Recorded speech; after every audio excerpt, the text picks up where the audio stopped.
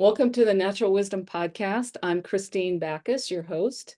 Today is Friday, April 19th, and I am really excited to have Emily Trinkaus with me today. We're going to be doing one of our cosmic wisdom chats. Hey, Emily. Hi, Kristine. Excited to be here with you again. We have a couple of topics in mind because, as everybody that's listening to this knows by now, we've had some wild astrology, but the wildest astrology of the year is coming up tomorrow, April 20th. Before we dive into all that, I wanted to just start with a little short grounding meditation to kind of pull some of this Uranian energy back into some kind of central grounding. I can't even speak about it yet. Okay, so if you're not in a place where you can close your eyes and sit still, you can just listen and sort of let it come through and keep part of your attention in your body. Obviously, if you are in a place where you can just sit for a moment, then you can just close your eyes and bring your attention into your physical sensations, not your imaginings or descriptions or labels of them, but just the actual what does my body feel like right now? What am I noticing in my physical being? And if that still seems a little unclear, you can just notice where your seat against the chair or whatever you're sitting in, if you're sitting, your feet against the floor, and see if you can just feel that solid, grounded contact between you and the earth. Even if you're listening to this in an airplane, you've still got gravity holding on to you. And so you can just come into that experience of the body, of the physical realm. Just stay with that for a moment. And then bring your attention into your breath and notice the in and out of the breath, the inhale and exhale. And see if you could just stay with the rhythm of the breathing for a moment. This is a place you can always come back to, is that experience of the body and experience of the breath, because they're always in 3D and they're always in the now. And that's a lot of what we'll be talking about today, is this experience of 3D and reality and embodied reality. And that's always the way through some of the craziest times. So just one more moment of noticing your breath and your physical sensations. Doesn't matter if the thoughts are still going wild, they just do that. We don't have to pay attention to them. And then we can all come back to our circle together, whether you're here with us live or listening to the recording later. And Emily and I will start in on our hour of podcast wisdom. I do want to mention one thing that I'll talk a little bit more at the end. I have a class next Wednesday, the 24th. It's called, actually, it has several names, but the main name is Empowered Astrology. And it's about taking the fear out of astrology and kind of resetting your relationship with the cosmos from one of fear or victimhood or control to one of cooperation and co-creation. And I'll talk a little bit more about it probably as we go, but at the end. But with that, I just want to say again, thanks to Emily for being here. And we're nominally talking about the Jupiter-Uranus conjunction, but there's lots of astro stuff going on. And we are, of course, 11 days out from the big solar eclipse, and then just a few days away from the closing of eclipse season with the full moon in Scorpio. And I thought maybe we'd just start with how's it going? Because you and I chatted a little bit before at the beginning, and it's kind of a time of like opposites, right? Having to hold opposites and opposite experiences at one time. So how about you, Emily? How's it going for you? Yes, it's weird. It's weird out there. So part of this energy of right now, when we're absolutely in that Jupiter-Uranus conjunction, and we've been in it for at least a couple of weeks. But it's been building as it builds toward exactness tomorrow. And Uranus is weirdness, it's reversals, it's everything's not what we expected and extreme, and Jupiter amplifies that. And so the energy from that Jupiter-Uranus conjunction can feel very restless. Uranus, part of the essence of Uranus is about change. And Jupiter makes it bigger, big change to come in and happening, which is quite cool because I'm witnessing people who are just having massive revelations and breakthroughs and shattering old limits and old paradigms. And that's part of the higher potential here. But it also feels a little bit potentially crazy making, and it can be a lot of mental energy. Uranus is the higher mind. And then we have this weird context for this. So Jupiter-Uranus, part of this is about taking a leap of faith, a quantum leap, really going for it, taking a risk.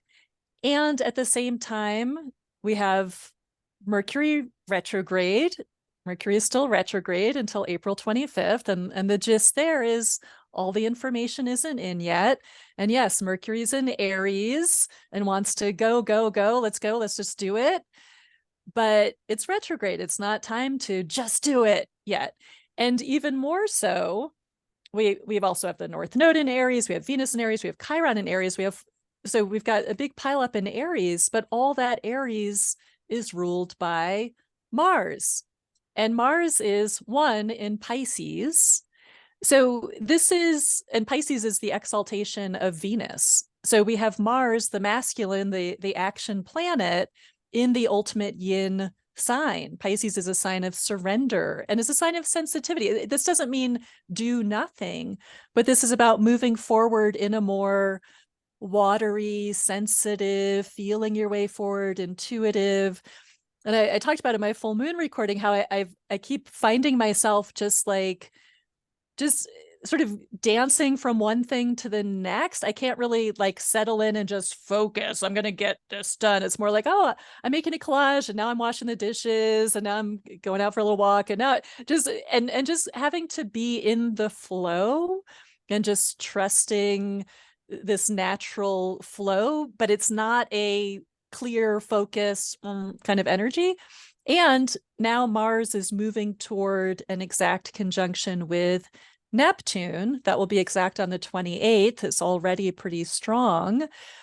And this is just amping up the volume on part of this is about being in the mystery. Pisces is not about clarity. It's about trust and things being mysterious and opaque and little Vaseline on the lens. And it's kind of fuzzy and foggy and not all clear. And we just have to really keep sensing, feeling, intuiting our way forward. But again, to me, that's another sign that no pushy, no pushing allowed, that this is and no rushing. Again, all that Aries that we still have, even though the sun just moved into Taurus this morning, we still have a lot of Aries energy, and that can feel impatient. And then the Jupiter-Uranus can feel restless and impatient. So there can be a temptation to just do something to discharge the discomfort, versus I think there's a lot of wisdom right now, and I keep having to remind myself about this, a lot of wisdom in taking pauses, coming back to the body, as Kristine was just guiding us to do, deep breaths, and then waiting for, being patient. I think patience is hugely needed right now. Waiting for the inspired action that naturally arises and isn't coming from the place of anxiety. And I just need to do something. And that's what I'm experiencing. And it just feels like, when I was looking at the chart of the full moon that's coming up, that we're already very much in the field of, I just noticed that there's nothing in that chart that's comfortable. Everything is in a place of discomfort. And I think that's part of what this moment is about, because this is about getting out of our comfort zone, getting out of our habits, shaking it up, being more Uranian. So I think the more that we can cooperate with opposite day and the upside down by initiating our own reversals and just doing, oh, I always eat this for breakfast. Well, I'm going to eat something different. I always go for a walk at this time. Well, I'm going to go for a walk at this other time, just whatever we can do to disrupt our own patterning, because that's the energy right now. The energy right now is super disruptive.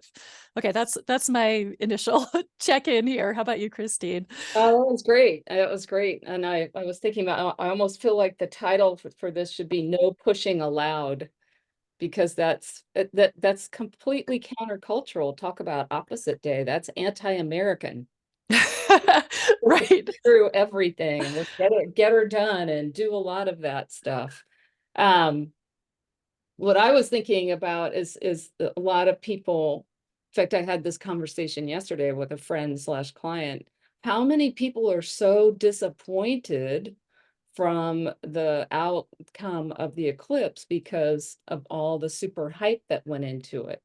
And I think we have the risk of the same thing with, well, probably with every astro event, except maybe 2020, where there's all this kind of hype and drama coming up, but on the day of, or even the week of, or sometimes even the month of, it may not be like, oh, my life has changed overnight and everything has shifted. Um, Well, yeah, and I think that's part of where we're at too. Like, yes, we're at this breakthrough moment, and it's going to happen more slowly than we might want because of Mercury retrograde, Mars and Pisces. So it's and I think this is also very American, right? Like the wanting the instant results, and it's going to happen. It's happening on this day, versus the natural unfolding, which I think is also part of Jupiter-Uranus happening in Taurus, because Taurus is about natural rhythms as an earth sign and as the sign that's most closely related to the earth. And so there's proper timing that is unfolding that we need to trust and come into resonance with. um just like the eclipse isn't a one day thing, Jupiter Uranus isn't a one day thing. It's just the seed planting. It's just, it's sparking something, but it's not like everything happens on that day.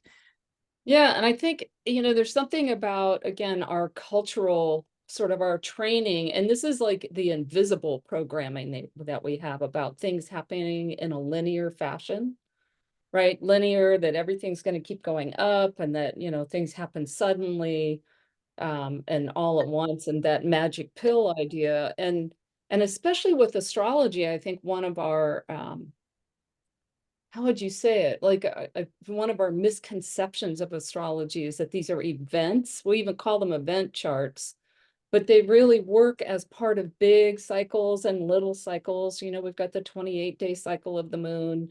Then we have the 6-month cycle of the moon. Then we have the 19-year cycle of the moon. Then we have, I can't remember how long the Saros cycles are, but even longer. And we just forget that we're always in these cycles and we're beginning some, ending others, in the middle of yet others. And of course, how your personal chart is structured relates so much to how you experience these things.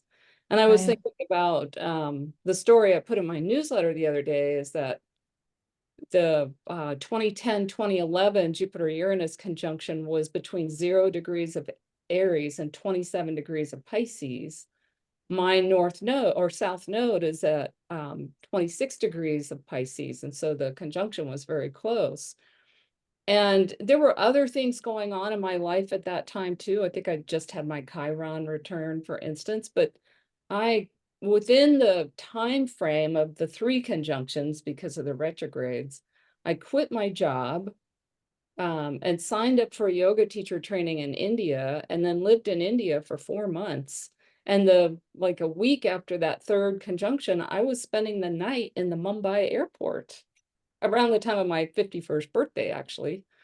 And so it was definitely a huge seed planting as well as a big breakthrough event, right? Everything changed. but it was also a whole new phase of my life began with Mm. that conjunction. And here we are, what, 13, 14 years later.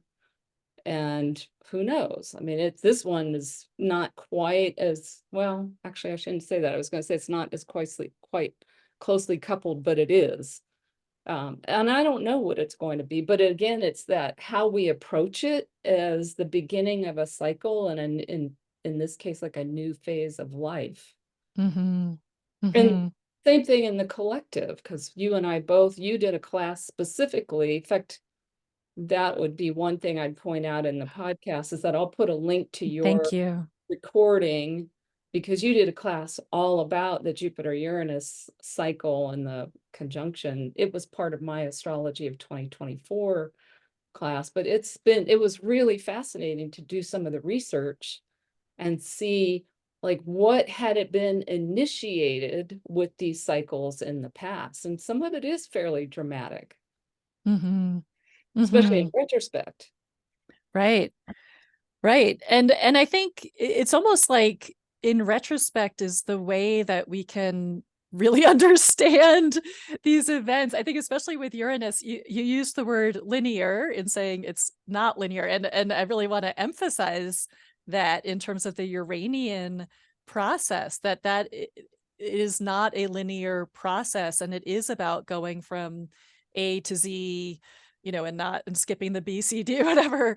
That things happen in a very weird and synchronistic and often pretty magical way, and not how we expect. And this is, I think, again, we're going to be un-American here, right? Because this is very much the we make plans, God laughs, and oh, I think this is going to be my big breakthrough coming up, or I think this is what it's going to be all about, and it's actually the opposite. Or so this is a time to be so free of expectations. Or I think, in terms of how do we dance with this, how do we how do we it's not so much like what am I doing to sort of grab control of the moment, but it's more like how can I be receptive. Again, remember, this is in Taurus, and that's the moon's exaltation, that's the home of Venus. So this is very much about, there's something that we're opening to receive.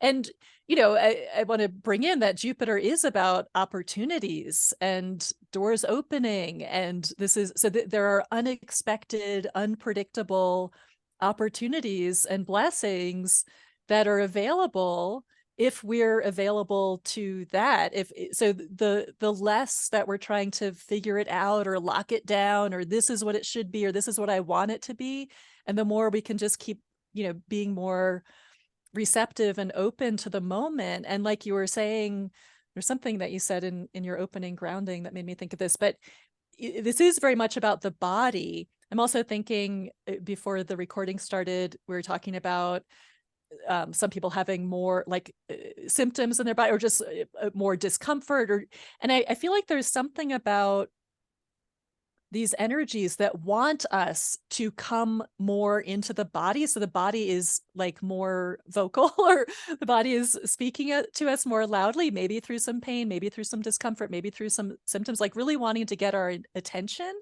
Because part of how we can think about this, even just Uranus and Taurus, but Jupiter turning up the volume, is like radical embodiment, and really the body is our guide here. Jupiter, the planet of guidance, the teacher, the guru. Jupiter's in Taurus. The body is the guide. The body is the teacher. So this is, and that's the key to being receptive and open to the energies that are coming through. So like part of how I'm thinking about this, there's that extreme like nervous system activation and restlessness and sort of jarring, even kind of shocking energy with Uranus, right? And at the same time, it's not time to just do it or push forward or whatever, right? So being a strong Taurus, solid, fixed earth container for that energy to come through us, almost like a Kundalini activation or something. This is, sky god, Uranus, lightning bolt energy that's coming in.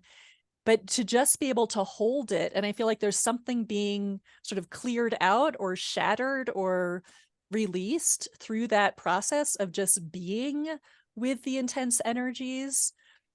I don't know. What do you think about that? I totally agree with that. That was, that it's funny that, I mean, I did all those years and years of training and then teaching yoga. And that was, I think one of the primary benefits of a good yoga practice, not a yoga for exercise and fitness, is that coming into your experience. And then it's also a whole piece of it about getting comfortable with discomfort and learning the difference between discomfort and pain, because they're not the same thing, right? Pain is a signal from your body to make a change, but discomfort is more like an exploration of an edge. And Right. in a lot of ways, what we're doing right now is coming up against edges that we need to push further, but not in a way that breaks, well, it might break stuff, right? That's what we're going to see, is things getting broken. Um, but in a way that allows us to break through where we've been limiting ourselves. That's the Jupiter-Uranus. But there was something I also kind of wanted to go back to, that whole concept of control, because of course that's been one of my studies over the last couple of years, is this whole power versus control. And I think between the Aries Libra axis, where the nodes still are, right, for another 6 months of Aries energy, go for it. This is what I want. Let's be me. Libra, how do I get along with others? How do I be in partnership and community? And there's so much of this learning to co-create rather than force. And that's a lot of what the workshop will be about next week, is how do we come into relationship with the cosmos, with the planetary energies, without either feeling like victims or trying to control. And that's, again, that's anti-American, right? Anti-American is, I have the answer, I know what I'm going to do, and I'm going to get it. And there's a big difference between I know what I want and I own what I want, and then having to get what I want in order to be happy. That's where we get hurt, right? We get hurt when we have to have it a certain way. And the discomfort is, I really want this and I don't have it. And how can I just sit with, I really want a new home. I really want a partner. I really want all these things, but I can't. And maybe Jupiter Uranus will bring some big breakthroughs there, but the more I try to force it, the less, the less open I am to a bigger answer, right? What I can co-create with the cosmos versus trying to force it onto my life. And I think Mm-hmm. that, I come back to your no pushing allowed. If we could, if nothing else, if this next, tomorrow's conjunction, and then the full moon squaring Pluto next week, and then and Mercury turning direct, if we could use these energies to learn how to stop forcing everything, wouldn't that be amazing? Mm-hmm. Yes, it would. I want to come back to, you were talking about creating. And I think, Mhm. I think of Taurus as such a fertile creative sign. And as an earth sign, it is about manifestation, and it is about wealth, abundance, havingness. Um, and one of the things I'm noticing, along with, what I described energetically, is I've been kind of on fire with making collages. Like I just want to, so I'm feeling that creative energy. And I think this isn't, yeah, this could be about making art, and maybe other people are having, creative breakthroughs in terms of their, artistic practices, but also how we create our lives, Yeah. is the bigger deal here. How do we create? How do we manifest what we want? How do we bring it into form? How do we create that sense of overflowing abundance, or whatever we want to call it? And this is where I keep having that seal song in my head. If we're going to survive, we have to get a little crazy, because I feel like this is about getting a little crazy and doing it differently. And where the Taurus way of creating, and I think this is calling for us to be pretty radically Taurus, right? To get the blessings of Jupiter, let's get radically Taurus, radical Uranus. Taurus creates through magnetism. That's part of it. And um being so strong in our worthiness and our lovability, and being so clear about what we value. I think values are so important here, and I think that's part of where the breakthrough is too, around like what really matters to me, what really doesn't matter, what do I really love, what do I really care about, and being so strongly holding that, being so strong in our values and who we are and what we're calling in, that we create through magnetizing, versus the creating through I need to get control and force it and push it. It's interesting. I'm it's so fun being an astrologer, right? Just to get to observe how people are like, what are people doing in this time, and seeing the different ways that people are navigating, and some people who might be more in the push versus the like allowing. And yeah.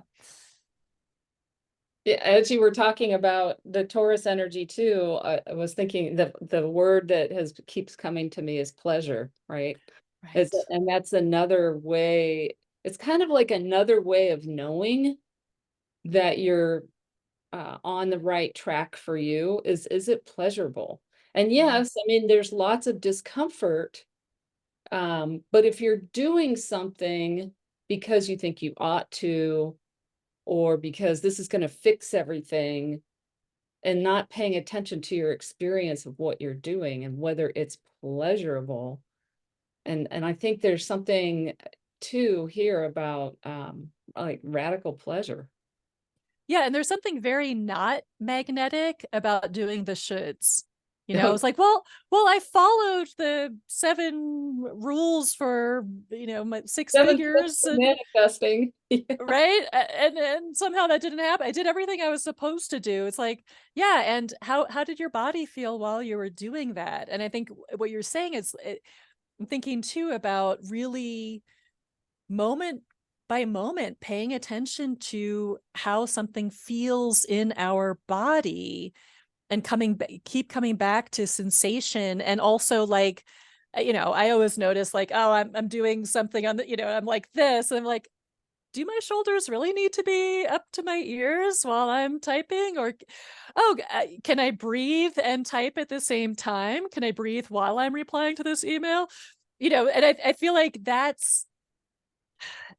there's something important there in terms of creating and manifesting.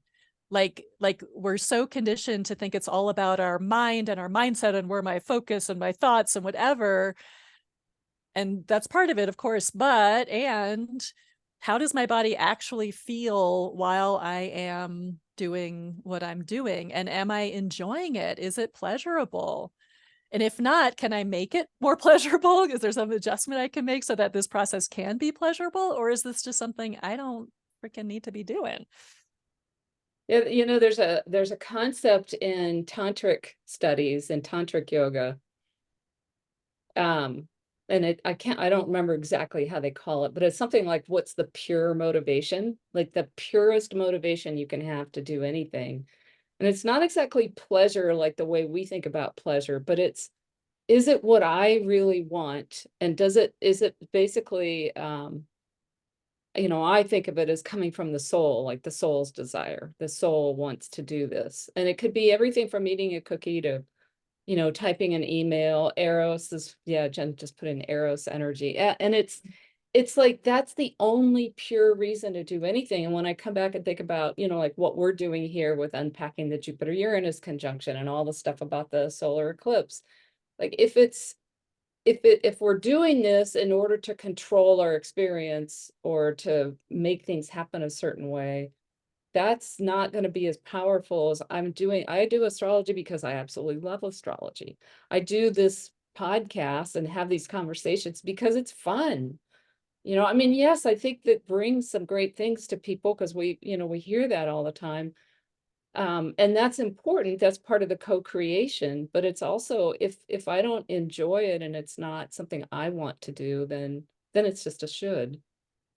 So I love that phrase, pure motivation, and also soul desire for this Mars and Pisces conjunct Neptune. Because even just in thinking about the Jupiter-Uranus conjunction, okay, that's in Taurus. So that brings us back to Venus. Venus is in Aries. That brings us back to Mars.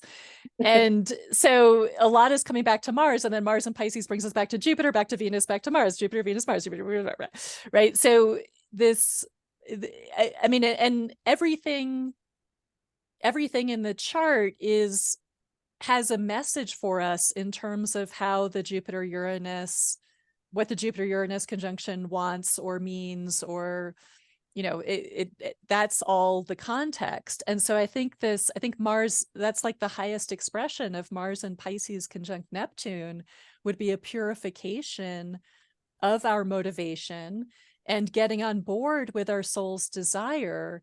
And again, here's where I think the slowing down and the resting, the pause point is so important, so that, I was giving this example in my full moon recording where I was talking about this, and I was talking about how I had taken a break from teaching for 6 months, which was hard for me. I know I'm a dork, but like, that's like, it's such a habitual response. I'm always thinking of new classes. I want to teach this. I'm going to talk about this. And I would have to be like, no, stop it. No, we're pausing. And I think because I took that pause, then that's where then the apprenticeship came up. It's like getting out of our habitual ways of taking action, and just because, again, this is very so American, the habit of busyness. Yeah. Like if you're busy, then that's good. Oh, you're not busy? Well, that's bad, because you're not being productive, you're not making money, whatever. Or who says you have to be productive and be busy to make money? Another belief system. So yeah, since this Jupiter-Uranus is all about interrupting habitual responses, then yeah, we need to slow down and pause so that we can even hear the soul's desire. And I feel like there's something about just the being with, I want to do this, I want to do that. Okay, but I'm just going to sit here for now and hold that. Like, that's, as you know, like, that's a purification process in and of itself, to just allow the feelings and the thoughts and everything to come through, and just sit there in the, one of the ways I think about Taurus is containment, or being a space holder, just that fixed earth. I'm just going to sit with this. Yeah, and I was thinking about this interplay between Pisces and Taurus as both feminine signs, one an earth sign, one a water sign. This is about listening. Yeah. And that's the piece, that's another one of those pieces that gets lost in our society, and all the doing is we're so eager to go do and tell somebody. And I mean, I'm certainly right in there too, but the discomfort and even the pain is a signal to listen. And what's it really saying, right? What's the body really saying? What does it want? What's the soul really saying? What does it want? And we can't, it's almost maybe not impossible, but mostly impossible to get there through action. It really has to be through listening. And listening can be while you're on a meditative walk. Listening can be while you're in a yoga practice, something that's where your mind and your body are in the same place at the same time. You can't listen very well if you're at the gym and you're watching TV while you're on the treadmill, or if you've got the headphones in while you're on the walk. You have to be able to listen, kind of bring all your senses to yourself. And that's, I think, one of the, well, let's just say it's a, not just a coping strategy, but like one of the ways to work with this energy is that deep listening. Mm-hmm. And even thinking about Taurus's rulership of the ears. I mean, it's the throat. And well, I think this is part of what gets lost in communication, is the listening part of it, right? Which I totally get as a Gemini rising, Mercury ruled person, blah, blah, blah, blah, blah. But yeah, this is Mercury retrograde. So it's more the yin Mercury and the receptivity and the intuitive and deep listening. And what you were saying about that Taurus, well, what you were saying about, going for a walk without the headphones, like Taurus needs quiet and stillness to be able to tune in really deeply to the senses. I had another thought, but it flew away. Well, you just made me think about, and you said this earlier about Uranian energy being it is very heady.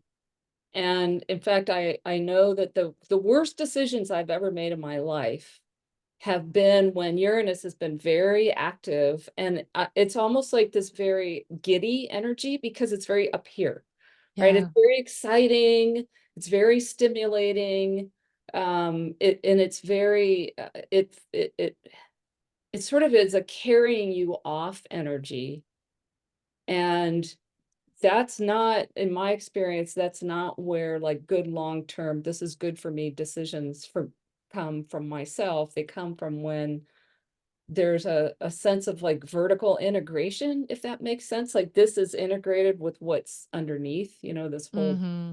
body is integrated. Mm-hmm. Okay, and Catherine in the chat just said down with multitasking, which reminds me of what I was going to say, is that what I keep experiencing is I'll be doing one thing, but my mind is exactly in that place you just described. And that Uranian, like my mind is already like the next thing and the next thing and the next thing. And then I have to keep sort of reining it in and be like, why don't I just do what I'm doing while I'm doing it? And really, trying to bring myself into presence and into this one action. But again, this is part of the tension of now, where there is that impatience and restlessness, and Uranian energy is very multitasky because it feels, Yeah. it's like pick up sticks and everything's everywhere. It's all over the place. And I think the trick of it is coming back to the body and back to the body and back to the body. Yeah, and Tiffany just says exactly what my experience is too. The pausing has been helping me see what's a no more readily and with a deeper conviction and peace around it. And that it does take that moment.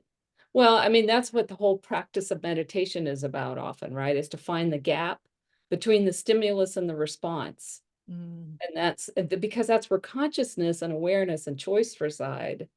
Yeah, and I love the thought that all this discomfort and crazy energy and the tomorrow's conjunction and the full moon and even the Mercury stationing is all about helping us learn to stay in the comfort and find that gap, find that Mm-hmm. balance. Mm-hmm. It occurs to me, I have two graphics. One is the chart and one is my goofy little thing for the Sabian symbol. Do you want to take a look at those? Sure. And I'm also noticing, we've got about 20 more minutes. And do we want to more formally open up to, I'm curious if anyone has questions. I know people have been commenting a little bit so far in the chat, but if there are any questions for us too. Yeah, let's just say that I know I said it before I started the recording, but if you do have questions, and you're welcome to put those in the chat, because we'll go for, yeah, as Emily said, a good 20 minutes or so. And if you want us to talk about them during the podcast itself, just stick them in the chat and we'll try to keep up with that. There was a couple of things I wanted to show a chart, if I can get to the chart. Zoom, as long as I've been using this, it still flummoxes me sometimes because it Well, does. because they keep changing things. Yep, they keep changing. It's not just you. They It's change new and that. improved and more complicated. That's actually another theme that I'm noticing for me. I don't know if everybody else is getting that, but technology and the advancements that are happening just complicates the crap out of everything. It's just becoming more and more and more complicated. And it's, I don't know, it's very interesting, hard to keep up to all of it, right? Mm-hmm. Yes, and Bobby's asking about the last conjunction. Yes, 2010 and 2011, Bobby, that is correct. When Jupiter Yeah, Uranus were in Aries and Pisces, the end of Pisces. I think it was June in Pisces, and then like November in Aries, and then January again in Pisces.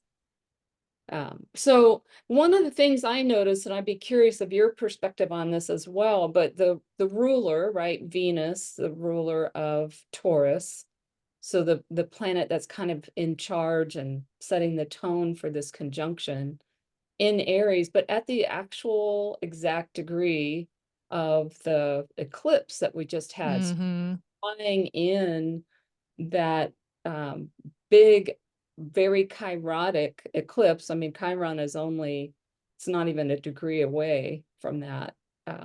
So I'm curious kind of what your take, because I think we talked about it on the podcast a little bit, this whole, in fact, I think you put it in your recent email, this whole thing about really owning your right to exist and Mm-hmm. healing that, what I call the existential wound of, am I okay just because I'm here? You know, do I deserve to be here just because I'm here? And I think Venus really pulls that in.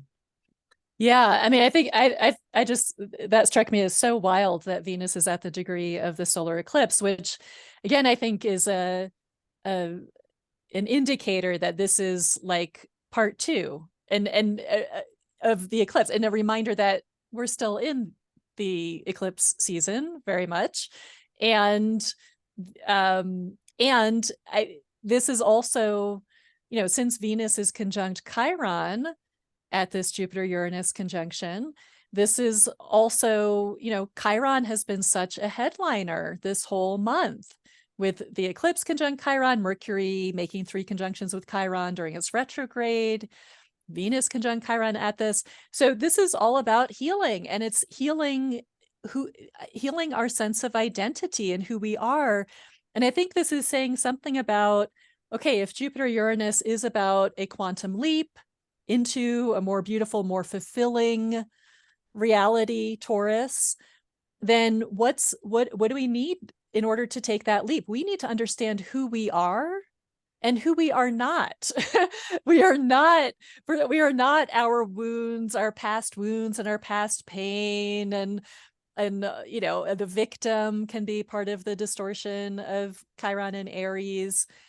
You know, we are infinite source consciousness. We are absolutely these bodies, and we are much bigger than these bodies. And so there's part of the key, you know, Chiron, the key is really understanding who we are. And then I think there's also a big piece here with this Aries lineup. Aries is about trusting our instincts and trusting our vitality and trusting our desires. And I think, you know, Chiron in Aries is pointing to the collective wounding, to, I can't trust myself, so you have to tell me what to do because I can't possibly know what I should do unless someone else tells me, you know.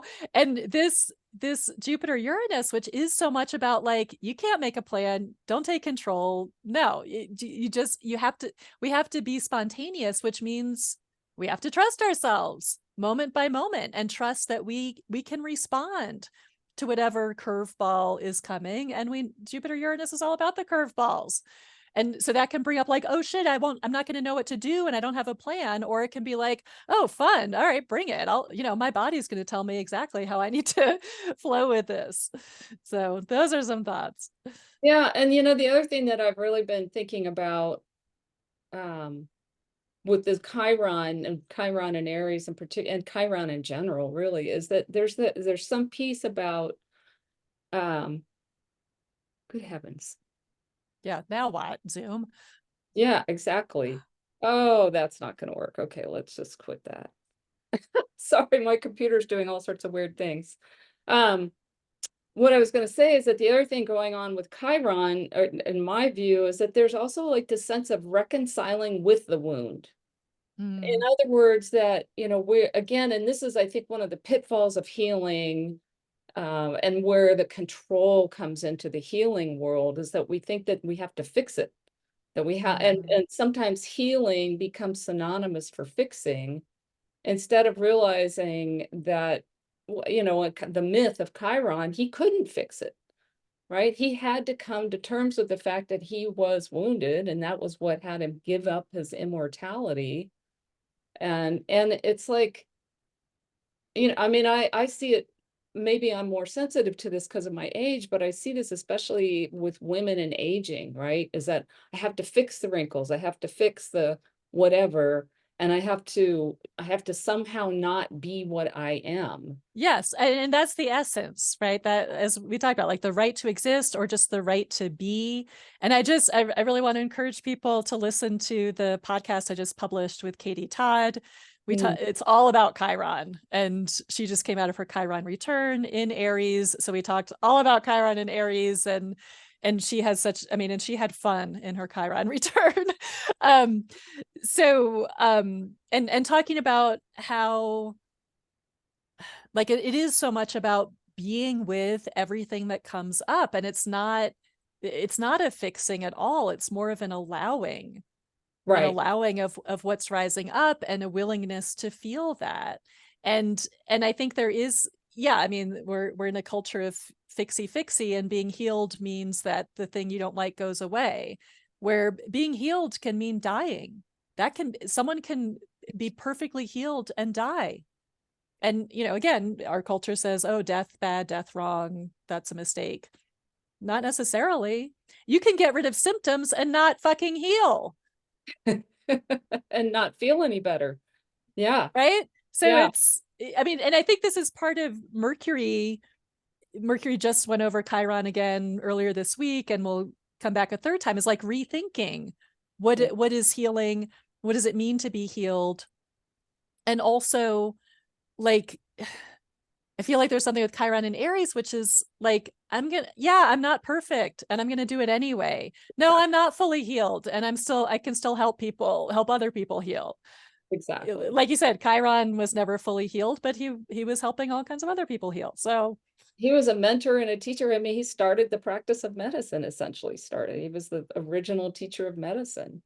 But the other thing, oh shoot, I think I might have just lost it because there was another point I was gonna, well, it was coming back to what you said at the very beginning about sort of opposite day and this idea that we have, I mean, what I think of as spiritual growth, or, even just personal growth, personal development is not, um, it's not getting better. It's not like higher awareness, it's bigger.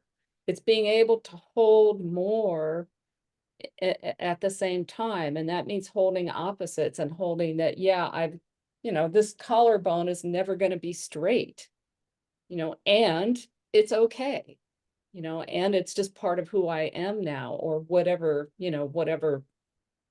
whatever wound you think you have, or whatever imperfection you think you have. It's like being able to hold that bigger view and hold it all. And that's partly where that discomfort comes in too.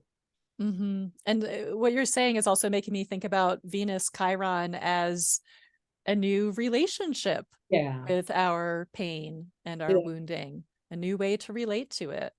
Yeah. Because it's all about relationship. Everything is all about relationship. It's not the thing, it's how we relate to the thing, whatever it is.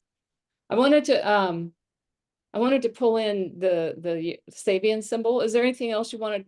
I mean, there's lots of stuff I'm sure we could talk about in the chart, but Well, let's just note the Virgo moon at 29 degrees opposite Pisces, opposite Neptune in Pisces. yeah.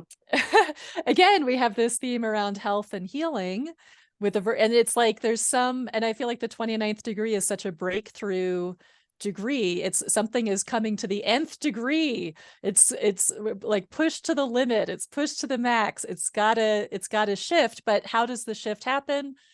We're back to Neptune. We're back to the surrender. We're back to the slowness and the trust and allowance. More than there's something we need to do or make happen. Yeah, I always find it so fascinating when you look at a chart like this and you can see, I mean, the moon is an hour away from going into the next sign, into Libra. And so, well, I think about it as the powers that be, the cosmos said, nope, we're going to have the Uranus conjunction while the moon is still in Virgo, but just barely. Right. Which Yeah. is really, again, emphasizing the yin qualities. Yeah. It's like, yes, there's the Aries lineup, but that all comes back to Mars and Pisces, and pretty much everything else except for Pluto is in a Feminine. feminine sign. Yeah. Is there anything, I can't see the chat while I've got this in front of me. Do you see anything that we should answer while the chart's up? There's no questions, but Jen has a beautiful comment. She says, noticing where all the planets are concentrated in the chart, and the word that comes to me is emergence, like Hmm. Venus rising from the foam or a butterfly coming out of the cocoon, still half covered in goo. Yeah, indeed. Yeah. Yeah, emergence, right? Everything in that Eastern hemisphere, Mm. which actually, I don't know. So I'll tell you the funny story about this graphic. So for those that aren't familiar with Sabian symbols, they are intuitively derived symbols for each degree of the zodiac. And if you want to go look up a Sabian symbol for something in your chart or an event like this, you always round up.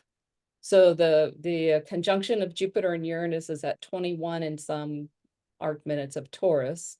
So we're looking at the Sabian symbol for 22 Taurus.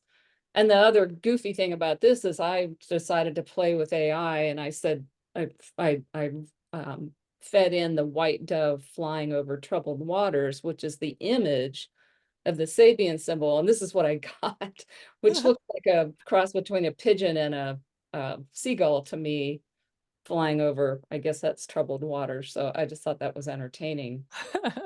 But the image, this seems so, well, I mean, there's obviously that whole Pisces energy here.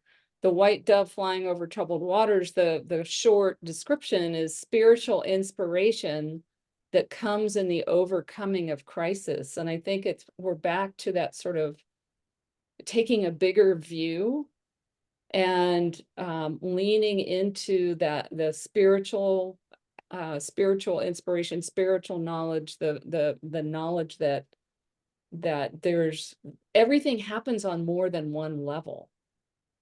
And that's one of the ways that we kind of work through the discomfort. And that's one of the values, one of the gifts of coming back inside, is that that's another way to get in touch with the spiritual, right? A lot of times we're kind of taught that the spiritual realm is out there and up there, but we access it through in here.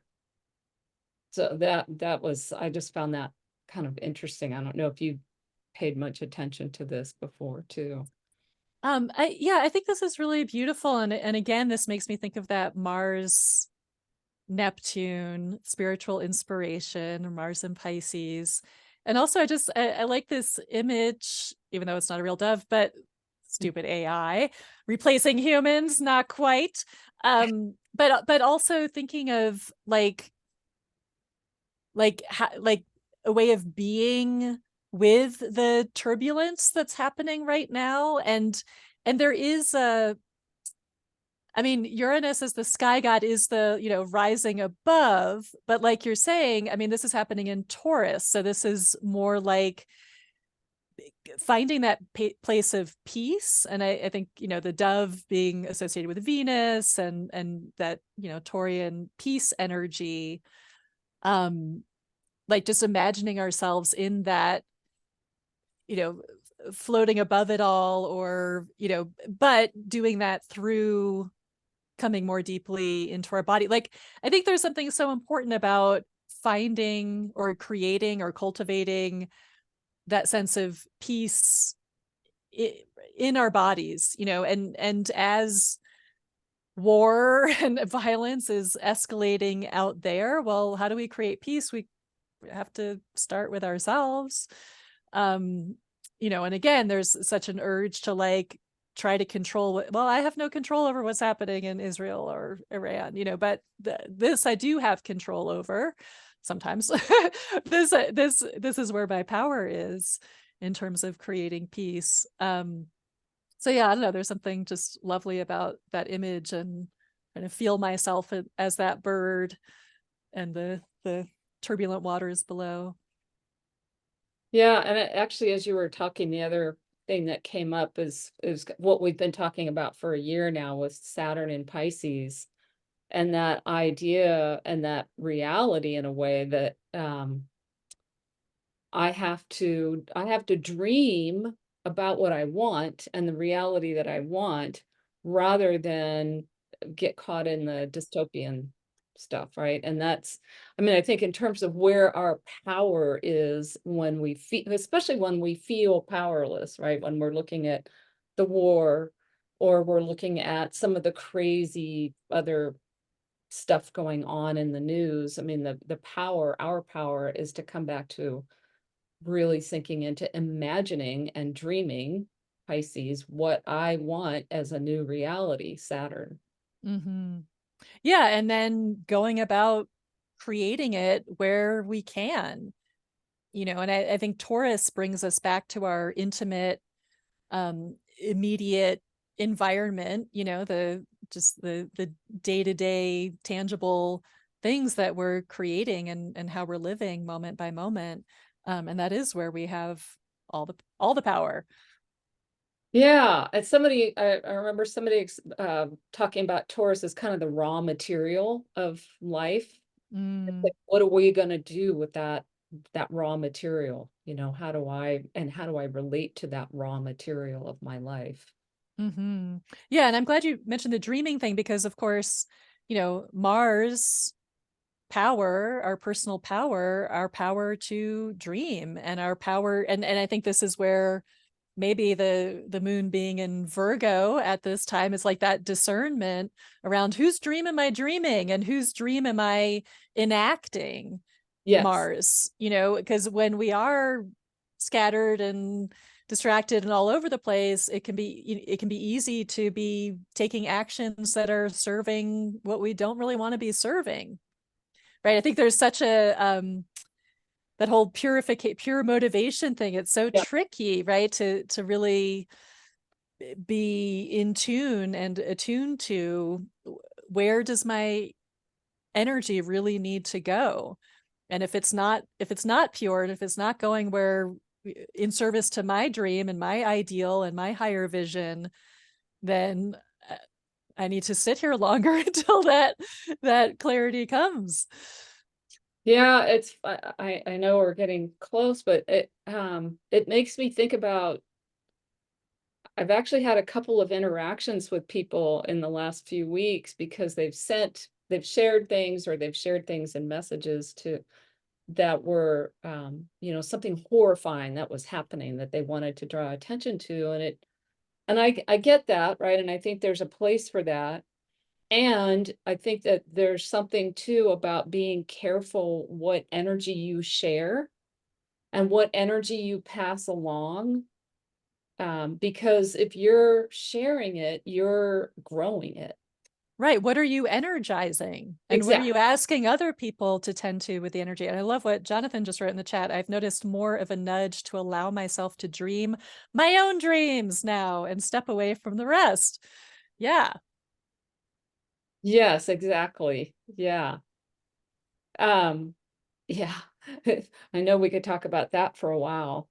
Was there anything, there seems like a lot that we've covered, but I always feel like there's so much more. What else do we want to, do people have other questions or topics that they want to put in the chat that we haven't touched on? I mean, there's a lot of shadowy stuff that's potential, but again, I kind of hate to focus on the potential shadows of this because yes, they're there and we're seeing them in the news and maybe we'll experience them in our lives, but when it comes to co-creating with the planets and co-creating with these energies, it's not about putting our heads in the sand. It's about choosing where we want to put our energy, as you just said. And yeah, and what are we putting out there, as Aaron just said. Mm-hmm. Yeah. What are we creating? Yeah. Um, I mean, I was going to, let me just say one more, that there's some things I'd really want to call in. And one of them would be one of the trends I see that you have to go look for, but I know you're saying is the trend towards indigenous agriculture and not just sustainable, but regenerative ag. I mean, there's more that's coming out more and more. And of course, that's a potential breakthrough of Jupiter, Uranus, and Taurus.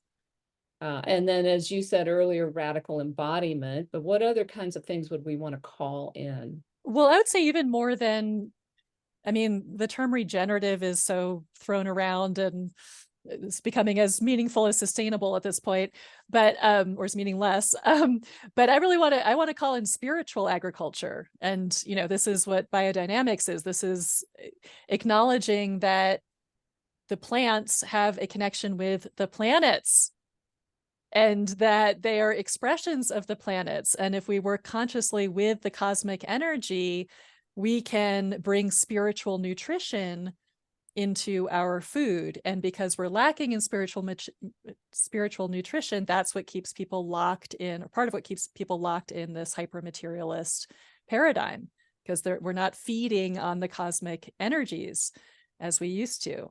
So I want to bring that in specifically. And then I'm noticing Jen's question here, and I feel like we've been talking about this, how to be with the opportunities / excitement of now while being exhausted.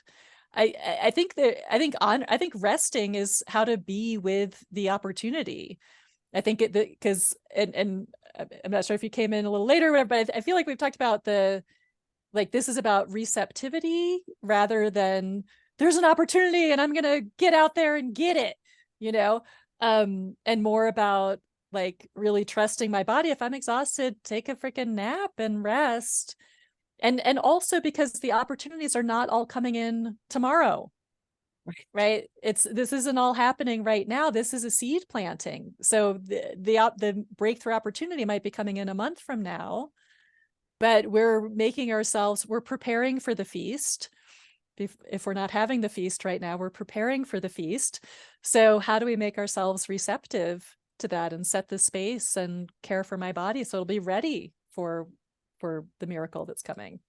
Yeah, and actually, going back to that sort of my parting question about what do we want to call in, I think that's a great example of what I'd like to call in too, is more counterculture to honor the exhaustion and the rest and the fatigue instead of making it wrong and thinking there's something Yes. about it, right? Or that we're going to miss something, or we're going to Yeah, miss and I'm putting something. up my hand for this, right? This is one of my Ditto. big challenges is the fatigue and the exhaustion has been like in and out loud in the last few weeks, crazy.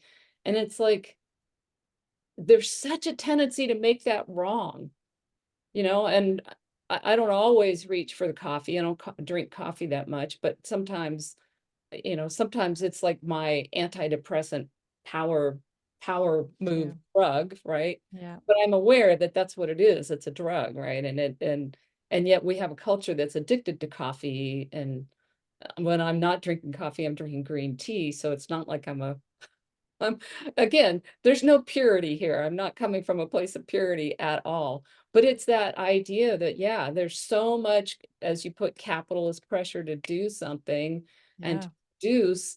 And I'll say one more thing about that and shut up. But there's a woman that I follow who talks about how to get corporate clients.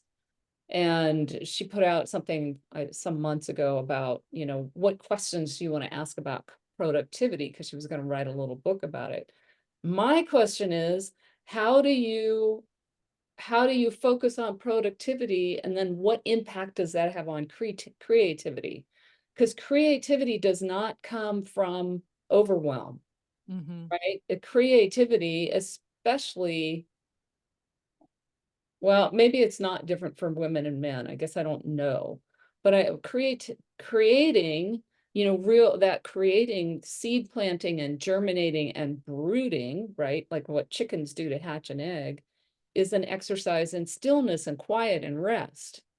And some years ago, I listened to an Ayurvedic teacher who said that when she'd studied it, the difference between men and women in this case was women with estrogen and the hormones that we have come to our creative energy through rest. Whereas men, because they have the testosterone, I mean, just because hormonally they're typically built differently. And of course, there's a scale, right, for all of this. But men tend to come to their energy through action. And in a very masculine culture, it's action that is supported and rewarded and encouraged. And yet a whole lot of us need, and I think a lot of us, male or female, probably learn, yeah, that we that we do find creative energy gets sort of rebirthed when we pause and rest and take a break. And Jonathan's Hmm. same thing, learning to rest and not feel bad about resting, right? That's Yeah. not have a Yeah. shame response to lying on the sofa for a few minutes. Let's Yes. Or a let's few hours. that. Yeah, and I want there's two phrases, sort of mottos that come to mind here that I'm continually reminding myself of. One is slow down to speed up, Yeah. right? Taurus is a very slow moving sign, and I think there's a lot of advantages to going very slowly right now. And then this is something my yoga teacher Todd used to say: infinite patience leads to instant results. So so slowing down and having that infinite patience, and I think that's when things really happen. Again, we're in the upside down. It's not going to happen like we think it's going to happen or like it's supposed to happen. Yeah, I might have to put the infinite patience leads to instant results, like, I don't know, plastered to my forehead or something, because that's not my way. Patience is not my way, and, very American in that. Yeah, yeah. Well, I just need to put in another plug for my workshop on Wednesday, the 24th, because it is so much about resetting our relationship to astrology, which of course means breaking out of a lot of these conditioned paradigms about control versus power, and seeing ourselves as victims rather than co-creators, and having to do and make it happen. And I want to talk about why Saturn is your best friend, Yes. and why Mars, we've been talking so much about Mars today, and where you put your energy, and what Mars, these planets that are called malefics, we get this idea that, oh my God, there's a Mars transit coming and that's bad. But we've just spent an hour talking about how to work with this beautiful Mars energy. Yeah. Yeah. Yeah. And not blame, and I think Jonathan's the one that sent me the little thing that said, you don't have to blame yourself any longer. Now you can blame the planets. Right. So we're going to talk about how you don't have to blame the planets anymore. Hmm. Yes. Okay, any last comments or subjects or questions before we wrap?